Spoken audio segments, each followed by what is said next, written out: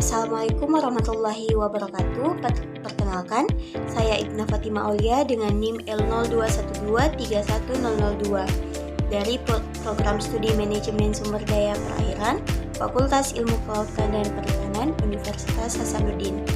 Nah, di sini saya akan membahas mengenai struktur dan materi genetik. Nah, tugas video ini dibuat untuk memenuhi salah satu tugas mata kuliah genetika populasi. Langsung saja saya masuk ke pembahasannya, yaitu ada 3.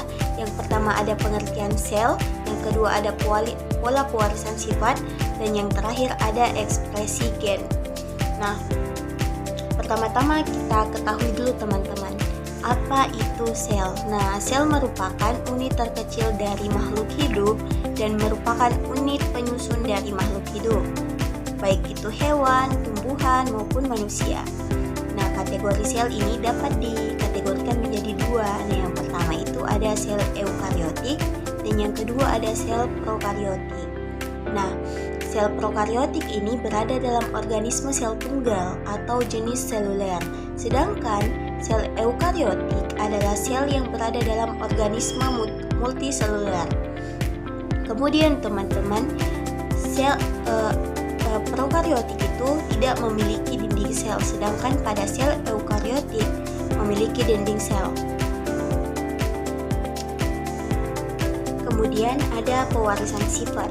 Nah, pewarisan sifat ini merupakan penurunan sifat dari induk parental ke anak yang bergantung dengan sifat oleh orang tua yang dikodekan dengan materi genetik. Komponen penurunan sel ini ada 2 teman-teman, yaitu kromosom dan juga gen. Kromosom ini berbentuk benang-benang halus yang berfungsi sebagai pembawa informasi genetik dari induk ke anaknya. Di dalam tubuh terdapat 23 pasang atau 46 buah kromosom yang dapat dibedakan menjadi autosom dan juga gonosom. Nah, bisa kita lihat dengan jelas teman-teman, di atas merupakan gambar dari 23 pasang kromosom yang terdiri dari kromosom dan juga sek kromosom. Kemudian kita masuk ke gen. Nah, kita ketahui bahwa gen ini merupakan segmen DNA dari DNA satu ke DNA lainnya. Gen merupakan unit terkecil dari materi genetik yang berlokasi di setiap lokus khas kromosom. Komponen ini terdiri dari sepenggal DNA. Selanjutnya ekspresi gen, yang merupakan rangkaian proses penerjemahan informasi genetik dengan menggunakan gen sebagai cetakan protein dan selanjutnya menentukan fenotipe. Nah, kemudian teman-teman, proses ekskresi gen yaitu sel atau DNA melakukan beberapa proses, antara lain proses replikasi atau pengandaan DNA, kemudian penyaluran informasi genetik dari DNA ke RNA, kemudian selanjutnya itu ada proses translasi. Nah, yang pertama itu proses replikasi, di mana materi DNA ini digandakan kemudian akan dibagikan ke masing-masing anakannya yang baru. Struktur DNA yang berupa dari double helix yang terdiri dari 2 rangkaian polimer DNA yang saling berpasangan secara komplementer, adenin yang berpasangan dengan himin, dan guanin yang berpasangan dengan litosin. DNA yang telah dibelah dari struktur double helix dapat berbentuk gulungan yang dapat mengganggu proses respirasi. Nah, kemudian teman-teman, setelah proses replikasi selesai, dilanjutkan dengan proses transkripsi. Nah, pada proses transkripsi ini ada 3 tahapan pada proses ini, yakni inisiasi, elongasi, dan juga terminasi. Saat terjadi proses transkripsi, DNA yang terkandung dalam nukleus akan dihampiri oleh RNA polimerase. Nah, inisiasi terjadi saat RNA polimerase melekat pada daerah promotor gen. Pada saat itu, RNA polimerase akan membuka ikatan DNA dan akan memulai membentuk mRNA melalui cetakan DNA TZ.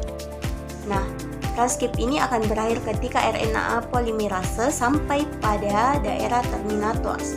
mRNA yang telah terbentuk mengandung 3 urutan basa nitrogen yang dikenal dengan kodon. proses terakhir yaitu proses translasi. Pada proses translasi ini terdapat 3 tahapan juga. Yang pertama ada inisiasi, elongasi, dan juga tahap terminasi. Pada tahap inisiasi dimulai saat ribosom set unit kecil terikat pada mRNA di mana akan bergerak dari 5 aksen ke arah 3 aksen. Nah, saat terjadi elongasi, asam amino yang lain akan dibawa oleh rantai mRNA pada RNA transfer dengan membawa antikodon. Selanjutnya, asam amino yang baru ini akan memasuki daerah A, lalu ikatan peptida akan terbentuk di antara kedua asam amino pada daerah P. Saat itu, ribosom akan berpindah ke daerah triplet kodon yang lain-lain yang ada di mana-mana di mRNA. Kemudian siklus ini akan terus berlanjut sampai fase terminasi. Nah, terminasi ini terjadi ketika salah satu dari 3 stop kodon berada pada daerah T. Nah, kemudian kodon ini biasa disebut dengan nilai spektor. Sekian pembahasan yang dapat saya sampaikan mengenai materi dan struktur gen pada pertemuan kita kali ini. Wassalamualaikum warahmatullahi wabarakatuh.